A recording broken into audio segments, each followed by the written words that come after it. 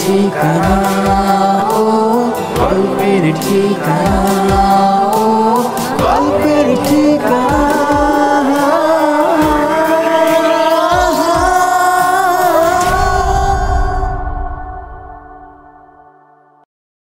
বাংলা সাহিত্যের নানা স্বাদের ক্লাসিক্স গল্পকে অডিও স্টোরির মাধ্যমে রিয়েলিস্টিক করেই তৈরি আমাদের গল্পের ঠিকানার এই বিশেষ নিবেদন বাংলা ক্লাসিক্স।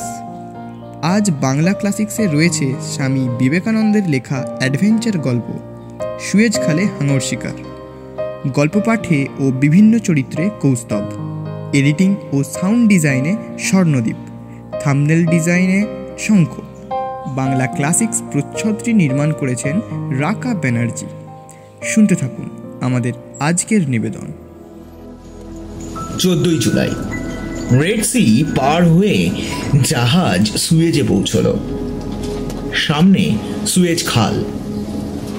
জাহাজে সুয়েজে নামাবার মাল আছে। তার উপর এসেছেন মিশরে প্লেগ, আর আমরা আনছি প্লেগ সম্ভবত। কাজেই দোতরফা ছোঁয়াছুঁয়ির ভয়। এ ছুটছাতের নেটার কাছে আমাদের দেশে ছুটছাত কোথায় লাগে? মাল নামবে, কিন্তু সুয়েজের কুলি জাহাজ ছুঁতে পারবে না। জাহাজে খালাসি বেচারাদের আবোধ আর কি। তারাই কুলি হয়ে ক্রেনে করে মাল তুলে আলটপকা নিচে সুয়েজি নৌকায় ফেলছে। তারা নিয়ে ডাঙায় যাচ্ছে।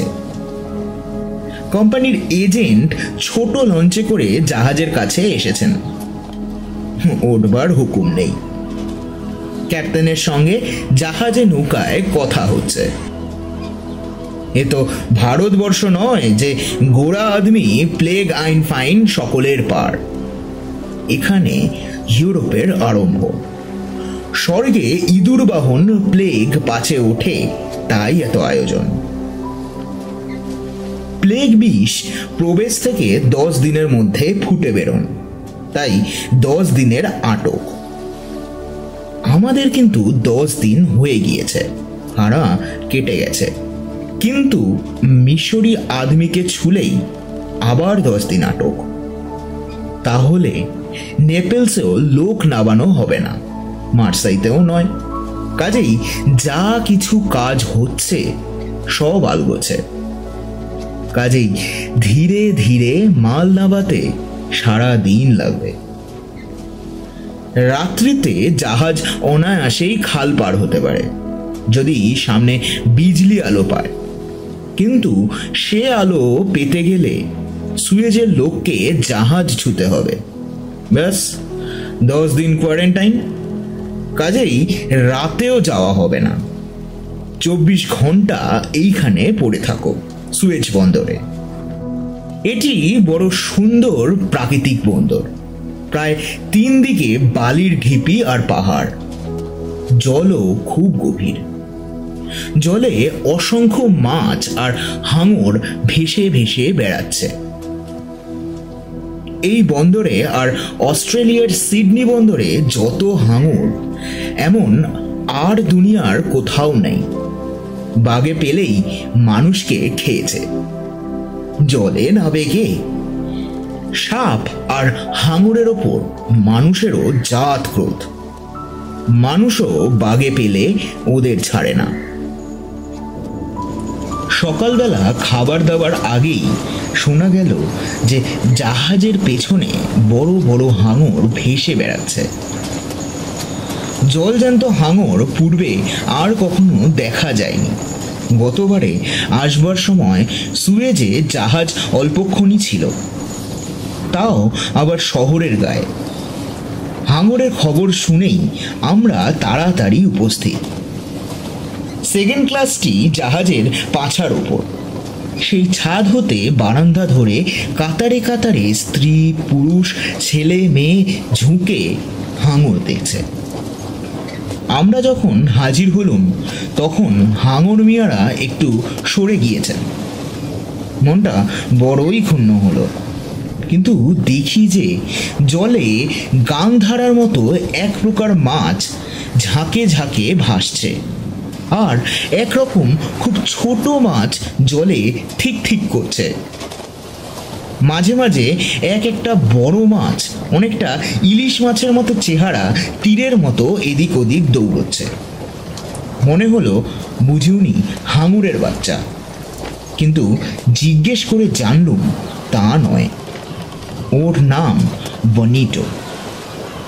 পূর্বে ওর বিষয়ে পড়া ছিল বটে, এবং মালদ্বীপ হতে উনি শুটকি রূপে আমদানি হন ও হুড়ি চড়ে, তাও পড়া ছিল।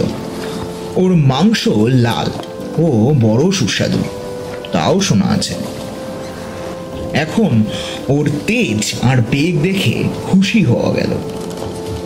অত বড় মাছটা তীরের মতো জলের ভিতর ছুটছে, আর সমুদ্রের কাচের মতো জলে তার প্রত্যেক অঙ্গভঙ্গি দেখা যাচ্ছে।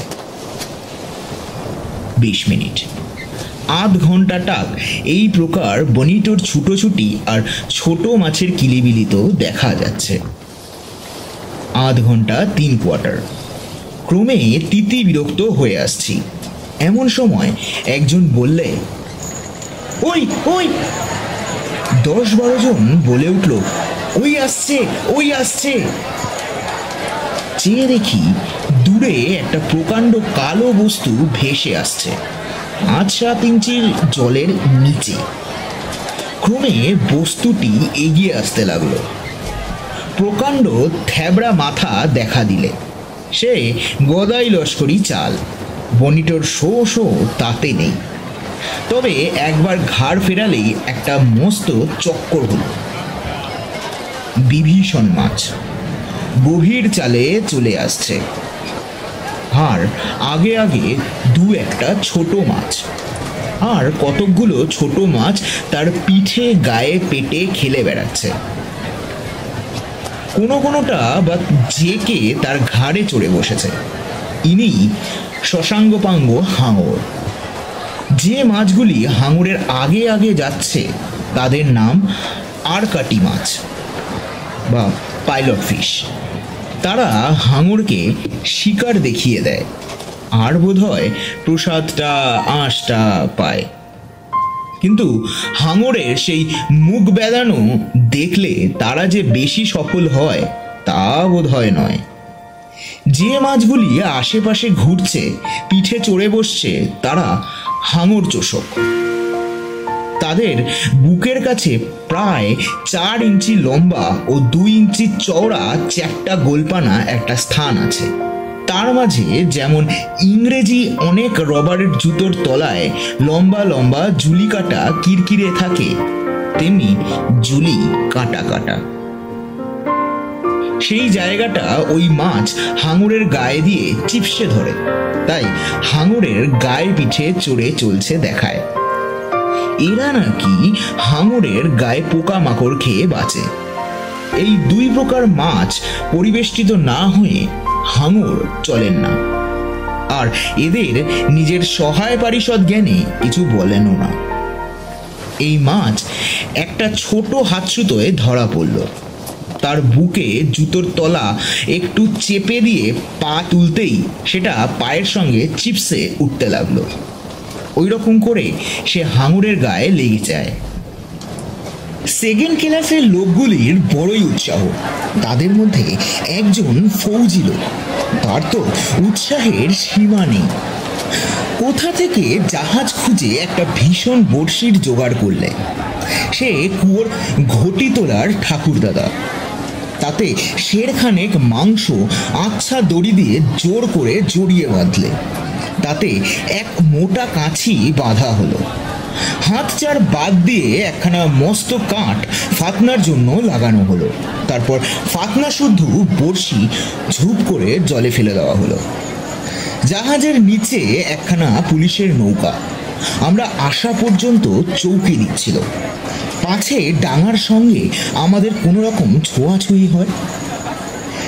সেই নৌকার উপর আবার 2 জন দিব্যি ঘুমোচ্ছিল, আর যাত্রীদের যথেষ্ট ঘৃণার কারণ হচ্ছিল। এতক্ষণে তারা বড় বন্ধু হয়ে উঠল। হাঁকাহাঁকির চোটে আরব মিয়া চোখ মুছতে মুছতে উঠে দাঁড়ালেন। কি একটা হাঙ্গামা উপস্থিত বলে কোমর আটবার জোগাড় করছেন, এমন সময় বুঝতে পারলেন যে অত হাঁকাহাঁকি কেবল তাকে করিকাষ্ঠরূপ হাঙর ধরবার ফাতনাটিকে টোপ সহিত কিঞ্চিৎ দূরে সরিয়ে দেবার অনুরোধধ্বনি। তখন তিনি নিঃশ্বাস ছেড়ে আকর্ণ বিস্তার হাসি হেসে একটা বল্লির ডগায় করে ঠেলে ঠুলে ফাতনাটাকে তো দূরে ফেললেন। আর আমরা উদ্গ্রীব হয়ে পায়ের ডগায় দাঁড়িয়ে বারান্দায় ঝুঁকে ওই আসে শ্রী হাঙরের জন্য সচকিত নয়ং পশ্চাতিতব প্রস্থানং হয়ে রইলাম, এবং যার জন্যে মানুষ ওই প্রকার ধরফর করে সে চিরকাল যা করে তাই হতে লাগলো। অর্থাৎ সখী শ্যাম না এলো। কিন্তু সকল দুঃখেরই একটা পার আছে। তখন সহসা জাহাজ হতে প্রায় 200 হাত দূরে বৃহৎ ভিস্তির মশকের আকার কি একটা ভেসে উঠল। সঙ্গে সঙ্গে ওই হাঙর রব। চুপ চুপ চুপ, ছেলের দল, হাঙর পালাবে। বলি, ও হে, সাদা টুপিগুলো একবার নামাও না, হাঙরটা যে ভড়কে যাবে। ইত্যাকার আওয়াজ যখন কর্ণকুহরে প্রবেশ করছে, তাবৎ সেই হাঙর লবণ সমুদ্র জন্মা বর্ষি সংলগ্ন শোরের মাংসের তালটি উদারাগ্নিতে ভগ্নাশেষ করবার জন্য পাল ঘোরে নৌকার মতো শোঁ করে সামনে এসে পড়লেন। আর পাছা এইবার হাঙরের মুখে টোপ ঠেকেছে। সে ভীমপুচ্ছ একটু হেলল, সোজা গতি চক্রাকারে পরিণত হলো। যা, হাঙর চলে গেল যে। আবার পুচ্ছ একটু বাঁকলো, আর সেই প্রকাণ্ড শরীর বর্ষিমুখ ঘুরে দাঁড়ালো। আবার শো করে আসছে, ওই হাঁ করে বর্ষি ধরে ধরে। আবার সেই পাপ লেজ নাড়ল। আবার হাঙর শরীর ঘুরিয়ে দূরে চলল। আবার ওই চক্র দিয়ে আসছে, আবার হাঁ করছে। ওই টোপটা মুখে নিয়েছে। এইবার ওই চিতিয়ে পড়লো, হয়েছে, টোপ খেয়েছে, টান টান টান। 40-50 জনের টান, প্রাণ পণের টান। কি জোর মাছের, কি ঝটাপট, কি হাঁ, টান টান। জল থেকে এই উঠলো, ওই যে জলে ঘুরছে, আবার চিতুচ্ছে, টান টান। যা, টোপ খুলে গেল, হাঙর পালালো। তাই তো হে, তোমাদের কি তাড়াতাড়ি বাপু, একটু সময় দিলে না টোপ খেতে? যেই চিতিয়েছে অমনি কি টানতে হয়? আর গতস্য সোচনা নাস্তি, হাঙর তো বড়শি ছাড়িয়ে চোঁচা দৌড়। আরকাটি মাছকে উপযুক্ত শিক্ষা দিলে কিনা তা খবর পাইনি। মোদ্দা হাঙর তো চোঁচা, আবার সেটা ছিল বাঘা, বাঘের মতো কালো কালো ডোরা কাটা। যা হোক, বাঘা বর্ষি সন্নিধ্য পরিত্যাগ করবার জন্য আরকাটি রক্তচোষা অন্তর্দর্থে। কিন্তু নেহাত হতাশ হবার প্রয়োজন নেই। ওই যে পলায়মন বাঘার গা ঘেঁষে আরও একটা ধ্যাবড়ামুখও চলে আসছে। আহা, হাঙরদের ভাষা নেই, নইলে বাঘা নিশ্চিত পেটের খবর তাকে দিয়ে সাবধান করত। নিশ্চিত বলতো, দেখো হে, সাবধান, ওখানে কিন্তু একটা নতুন জানোয়ার এসেছে, বড় সুস্বাদু সুগন্ধ মাংস তার, কিন্তু কি শক্ত হাড়। এতকাল হাঙরগিরি করছি, কত রকম জানোয়ার, জ্যান্ত মরা আধমরা উদরস্থ করেছি, কত রকম হাড়গোড় ইট পাথর কাঠের টুকরো পেটে পুড়েছি, কিন্তু এ হাড়ের কাছে আর সব মাখম হে মাখম।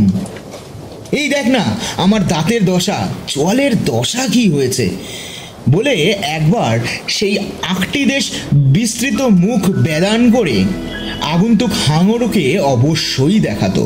সেও প্রাচীন বয়সসুলভ অভিজ্ঞতা সহকারে চ্যাং মাছের পিস্তি, কুঁজো ভেকটির পিলে, ঝিনুকের ঠান্ডা সুরুয়া ইত্যাদি সমুদ্রজ মহৌষধির কোনো না কোনোটা ব্যবহার উপদেশ নিশ্চয়ই দিত।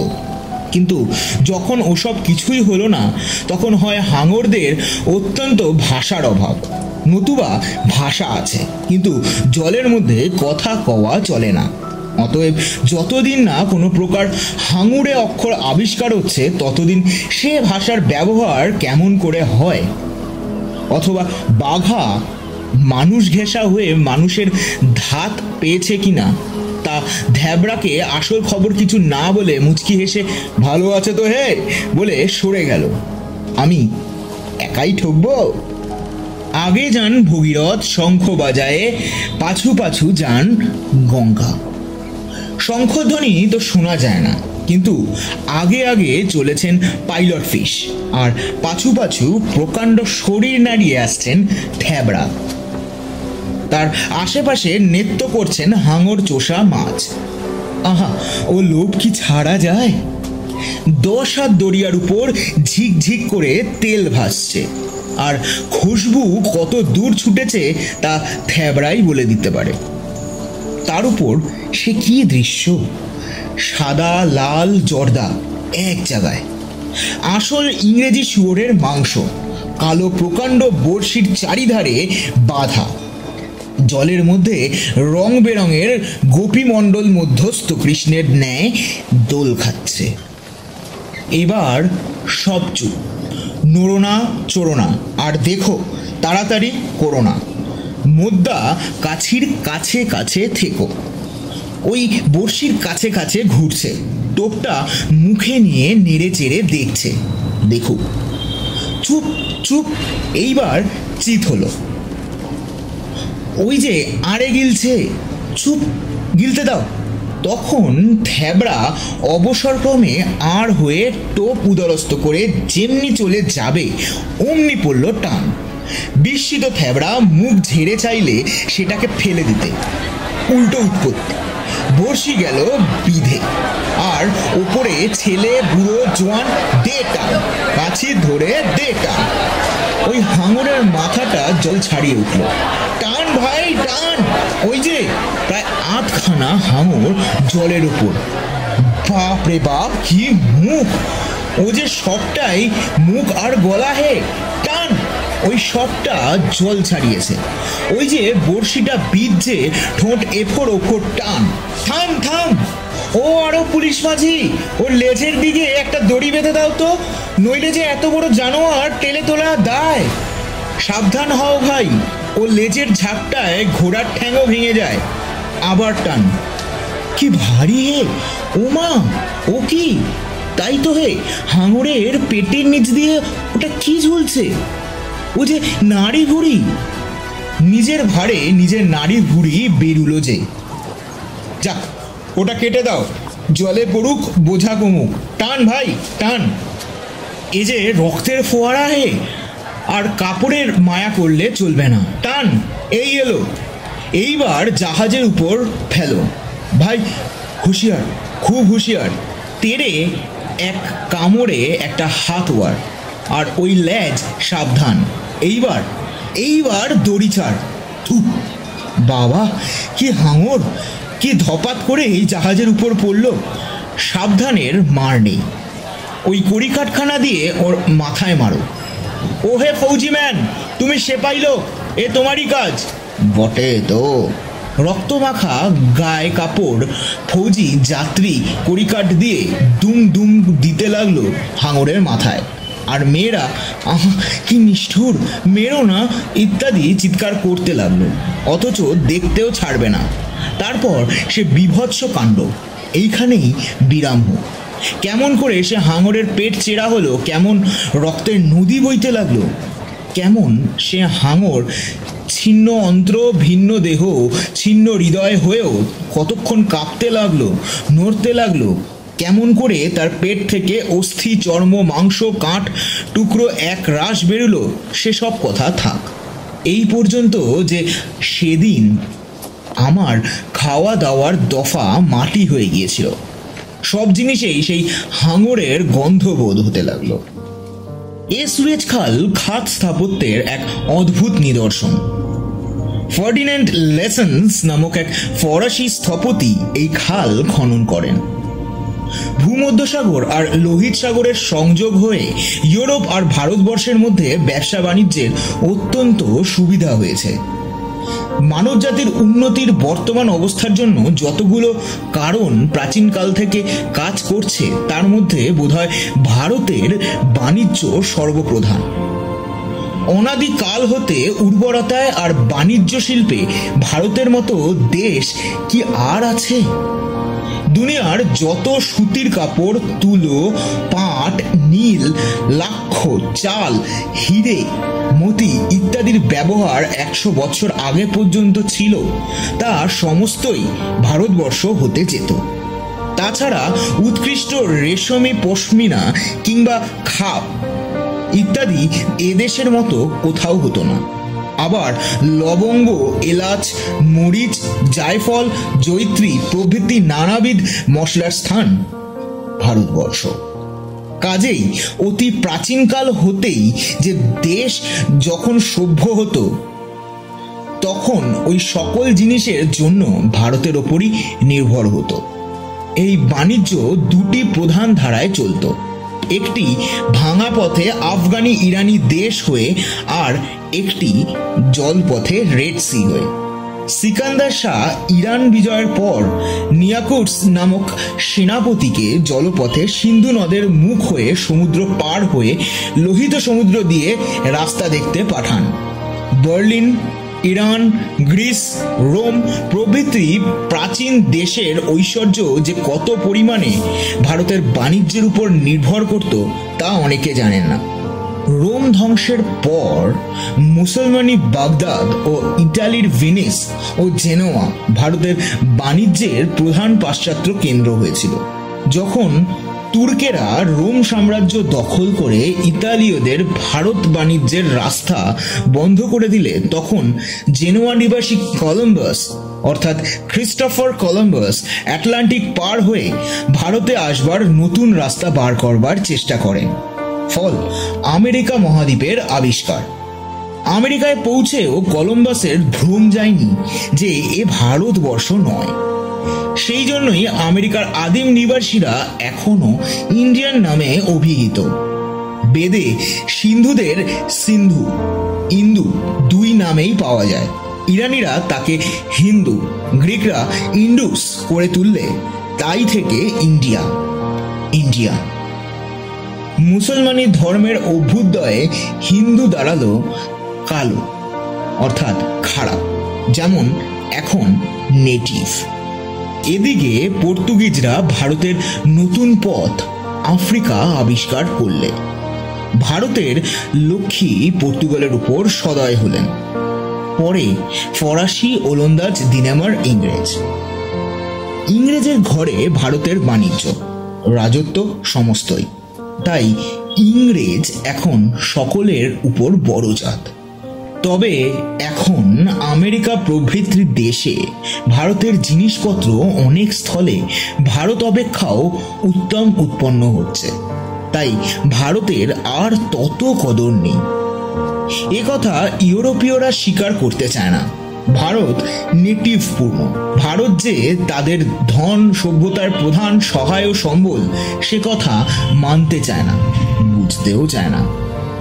আমরাও বোঝাতে কি ছাড়বো? ভেবে দেখো কথাটা কি। ওই যারা চাষা ভূষা, তাঁতি, জেলে, ভারতের নগণ্য মনুষ্য, বিজাতি বিজিত, স্বজাতি নিন্দিত ছোট জাত, তারাই আবহমান কালে নীরবে কাজ করে যাচ্ছে। তাদের পরিশ্রম ফলও তারা পাচ্ছে না। কিন্তু ধীরে ধীরে প্রাকৃতিক নিয়মে দুনিয়াময় কত পরিবর্তন হয়ে যাচ্ছে। দেশ সভ্যতা প্রাধান্য ওলটপালট হয়ে যাচ্ছে। হে ভারতের শ্রমজীবী, তোমরা নীরব অনবরত। নিন্দিত পরিশ্রমের ফলস্বরূপ Berlin, Iran, Alexandria, Greece, Rome, Venice, Genoa, Baghdad, Samarkand, Spain, Portugal, ফরাসি, দিনেমার, ওলন্দাজ ও ইংরেজের ক্রমান্বয়ে আধিপত্য ও ঐশ্বর্য। আর তুমি কে ভাবে এ কথা? স্বামীজি। তোমাদের পিতৃপুরুষ 2খানা দর্শন লিখেছেন, 10খানা কাব্য বানিয়েছেন, 10টা মন্দির করেছেন। তোমাদের ডাকের চোটে গগন ফাটছে। আর যাদের রুধিরস্রাবে মনুষ্য জাতির যা কিছু উন্নতি, তাদের গুণগান কে করে? লোকজয়ী, ধর্মবীর, রণবীর, কাব্যবীর সকলের চোখের উপর সকলের পূজ্য, কিন্তু কেউ যেখানে দেখা দেন না, কেউ যেখানে একটা বাহবা দেয় না, যেখানে সকলে ঘৃণা করে, যেখানে বাস করে অপার সহিষ্ণুতা, অনন্ত প্রীতি ও নির্ভীক কার্যকারিতা, আমাদের গরিবেরা ঘর দুয়ারে দিনরাত যে মুখ বুজে কর্তব্য করে যাচ্ছে, তাতে কি বীরত্ব নেই? বড় কাজ হাতে এলে অনেকেই বীর হয়। 10,000 লোকের বাহুয়ার সামনে কাপুরুষও অক্লেশে প্রাণ দেয়। ঘোর স্বার্থপর নিষ্কাম হয়, কিন্তু অতি ক্ষুদ্র কার্যে সকলের অজান্তেও যিনি সেই নিঃস্বার্থতা, কর্তব্যপরায়ণতা দেখান, তিনিই ধন্য। সে তোমরা ভারতের চিরপদদলিত শ্রমজীবী, তোমাদের প্রণাম করি। এই সুয়েজ খালও অতি প্রাচীন জিনিস। প্রাচীন মিশরের ফেরাও বাদশাদের সময় কতকগুলি লবণাম্বু জলাখাতের দ্বারা সংযুক্ত করে উভয় সমুদ্রস্পর্শী এক খাত তৈরি করা হয়। মিশরে রোম রাজ্যের শাসনকালেও মধ্যে মধ্যে ওই খাত মুক্ত রাখবার চেষ্টা হয়। পরে মুসলমান সেনাপতি অমরু মিশর বিজয় করে ওই খাতের বালুকা উদ্ধার ও অঙ্গ প্রত্যঙ্গ বদলে এক প্রকার নতুন করে তোলেন। তারপরে বড় কেউ কিছু করেননি। তুরস্ক সুলতানের প্রতিনিধি মিশর খেদিব ইসমাইল ফরাসিদের পরামর্শে অধিকাংশ ফরাসি অর্থে এই খাত খনন করান। এই খালের মুশকিল হচ্ছে যে মরুভূমির মধ্যে দিয়ে যাওয়ার দরুন পুনঃ পুনঃ বালিতে ভরে যায়। এই খাতের মধ্যে বড় বাণিজ্য জাহাজ একখানি একবারে যেতে পারে। শুনেছি যে অতি বৃহৎ রণতরী বা বাণিজ্য জাহাজ একেবারেই যেতে পারে না। এখন একখানি জাহাজ যাচ্ছে আর একখানি আসছে, এ দুয়ের মধ্যে সংঘাত উপস্থিত হতে পারে।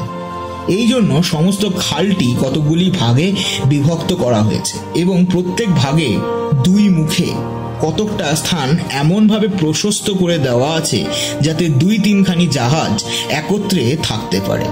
ভূমধ্য সাগর মুখে প্রধান অফিস, আর প্রত্যেক বিভাগেই রেল স্টেশনের মতো স্টেশন। সেই প্রধান অফিসে জাহাজটি খালে প্রবেশ করবা মাত্রই ক্রমাগত তারে খবর যেতে থাকে, কখানি আসছে কখানি যাচ্ছে, এবং প্রতি মুহূর্তে তারা কে কোথায় তার খবর যাচ্ছে এবং একটি বড় নকশার উপর চিহ্নিত হচ্ছে। একখানির সামনে যদি আর একখানি আসে, এজন্য এক স্টেশনের হুকুম না পেলে এক স্টেশন পর্যন্ত জাহাজ যেতে পারে না। এই সুয়েজ খাল ফরাসিদের হাতে। যদিও খাল কোম্পানির অধিকাংশ শেয়ার এখন ইংরেজদের, তথাপি সমস্ত কার্য ফরাসিরা করে। এটা রাজনৈতিক মীমাংসা।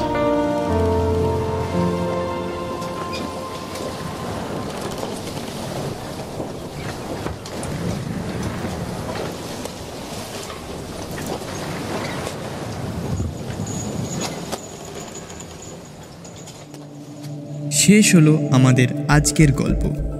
গল্পটি কেমন লাগলো সেটা আমাদেরকে কমেন্ট বক্সে কমেন্ট করে জানান। গল্পটি যদি ভালো লেগে থাকে তাহলে লাইক ও শেয়ার করে আমাদের চ্যানেলটিকে সাবস্ক্রাইব করে দেবেন।